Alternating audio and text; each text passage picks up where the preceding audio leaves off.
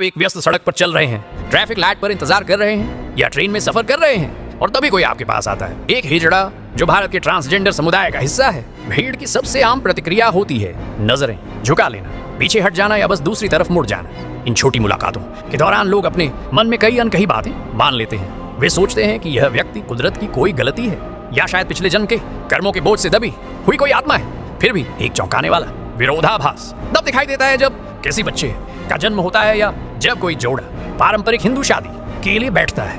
इन्हीं व्यक्तियों को उत्सव के केंद्र में आमंत्रित किया जाता है। हम अपनी सबसे पवित्र रस्मों में आशीर्वाद देने के लिए उन पर भरोसा करते हैं। यह परंपरा एक ऐसी संस्कृति को दर्शाती है जो एक ही समय में किसी को अछूत मानकर त्याग देती है और उन्हें एक पुजारी के रूप में सम्मान भी देती है। प्राचीन ग्रंथों के अनुसार हर रचना का एक विशेष उद्देश्य होता है, एक अवधारणा जिसे लीला या ईश्वरीय खेल के रूप में वर्णित किया गया है। आधुनिक समाज सांस्कृतिक विस्मृति यानी अपनी जड़ों को भूलने की बीमारी से जूझ रहा है। यह जानने के लिए कि हिजड़ा असल में कौन है, हमें आज के सड़क के कोनों से परे जाकर उन महाकाव्यों की जांच करनी होगी जिनकी हमारा समाज पूजा करने का दावा करता है। यह प्राचीन पत्थर की नक्काशी रामायण के धनुर्धरों और पात्रों को दर्शाती है जो इस ग्रंथ की प्राचीनता को स्थापित करती है। इस महाकाव्य में भगवान राम 14 वर्ष के वनवास की तैयारी कर रहे हैं और एक भारी भीड़ उनके पीछे शहर की सीमा तक आ गई है। उन्हें जंगल की कठिनाइयों से बचाने के लिए राम रुकते हैं और एक स्पष्ट निर्देश देते हैं। वे भीड़ से कहते हैं, पुरुषों और महिलाओं अपने आंसू पोंछो और अपने घरों को लौट जाओ। भीड़ आज्ञा मानती है, लेकिन राम के शब्दों के चयन ने एक गुंजाइश छोड़ दी। उन्होंने पुरुषों और महिलाओं को संबोधित किया। जो लोग इस सख्त दायरे में फिट नहीं बैठते थे, उन्हें एहसास हुआ कि ये आदेश उन पर लागू नहीं होता और उन्होंने वहीं रुकने का फैसला किया जहां वे खड़े थे। 14 साल बीत जाते, राम रावण को हराते हैं, अपना वनवास पूरा करते हैं और शहर की सीमा पर वापस लौटते हैं। वे उसी समूह को उसी स्थान पर प्रतीक्षा करते हुए पाते हैं जहां उन्होंने उन्हें छोड़ा था। राम के जाने के बाद से वे वहां से हिले तक नहीं थे। राम इस भक्ति को देखकर भावुक हो जाते हैं। जहां बाकी राज्य अपने जीवन में व्यस्त हो गया था, इन व्यक्तियों ने अपने प्रभु की आज्ञा के पालन में 1 दशक से अधिक समय प्रतीक्षा में बिताया। उनकी वफादारी के बदले में राम उन्हें एक वरदान देते हैं। वे घोषणा करते हैं कि उनके द्वारा बोले गए शब्द वास्तविकता बन जाएंगे और उनकी उपस्थिति किसी भी घर में सुख समृद्धि लाएगी। ये प्राचीन आशीर्वाद आधुनिक शादियों में उनकी भूमिका का आधार बना। इन रस्मों में उनकी उपस्थिति उसी दिव्य कृपा की सीधी विरासत है। जहां रामायण पृथ्वी पर उनकी भक्ति को दर्शाती है, वहीं हिंदू धर्मशास्त्र उनकी रचना को ब्रह्मांडीय खाके के माध्यम से समझाता है।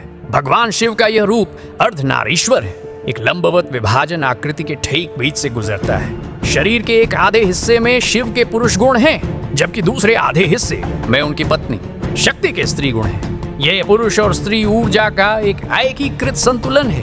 इसका दार्शनिक अर्थ स्पष्ट है। ब्रह्मांडीय पूर्णता तब प्राप्त होती है जब दोनों पहचानों का एकीकरण होता है। यह संरचना कर्मों की सजा के आधुनिक मिथक को तोड़ती है। यदि ईश्वर का सबसे पूर्ण रूप दोनों लिंगों को दर्शाता है, तो इस मेल के साथ पैदा हुआ व्यक्ति उसी ईश्वरीय मॉडल का अनुसरण कर रहा है। प्राचीन व्याख्याएं ऐसे जन्म को कई जन्मों के विकास के शिखर के रूप में देखती हैं। यह एक ऐसी आत्मा को जन्म देता है जो दुनिया को पुरुष और स्त्री दोनों दृष्टिकोणों से एक साथ देखती है। एक ऐसा नजरिया जो केवल एक लिंग तक सीमित लोगों को नहीं मिल पाता। इन पवित्र सिद्धांतों के अनुसार तीसरा लिंग अपने सबसे संतुलित रूप में ईश्वरीय छवि का प्रतिनिधित्व करता है। जब आप रामायण की भक्ति को शिव की संरचना के साथ जोड़ते हैं, तो मानवीय पहचान के संबंध में एक सार्वभौमिक नियम उभरता है। भौतिक शरीर और जो लेबल हम उससे जोड़ते हैं, वे अस्थायी हैं। आंतरिक आत्मा यानी मूल चेतना पूरी तरह से लिंग रहित है। उनका उद्देश्य एक जीवित उत्प्रेरक के रूप में सेवा करना है।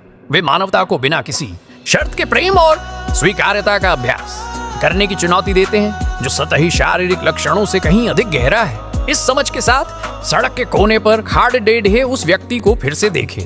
दूसरी तरफ देखने की अपनी आदत को छोड़ें। उनकी आंखों में सीधे देखने की कोशिश करें और पहचान की एक सरल जानबूझकर मुस्कान दें। लोगों को खानों में बांटने के शौकीन इस संसार में एक हिजड़े से मिलना ईश्वर से एक ऐसे रूप में मिलने का दुर्लभ अवसर है जो हमसे सतह से परे देखने की मांग करता है।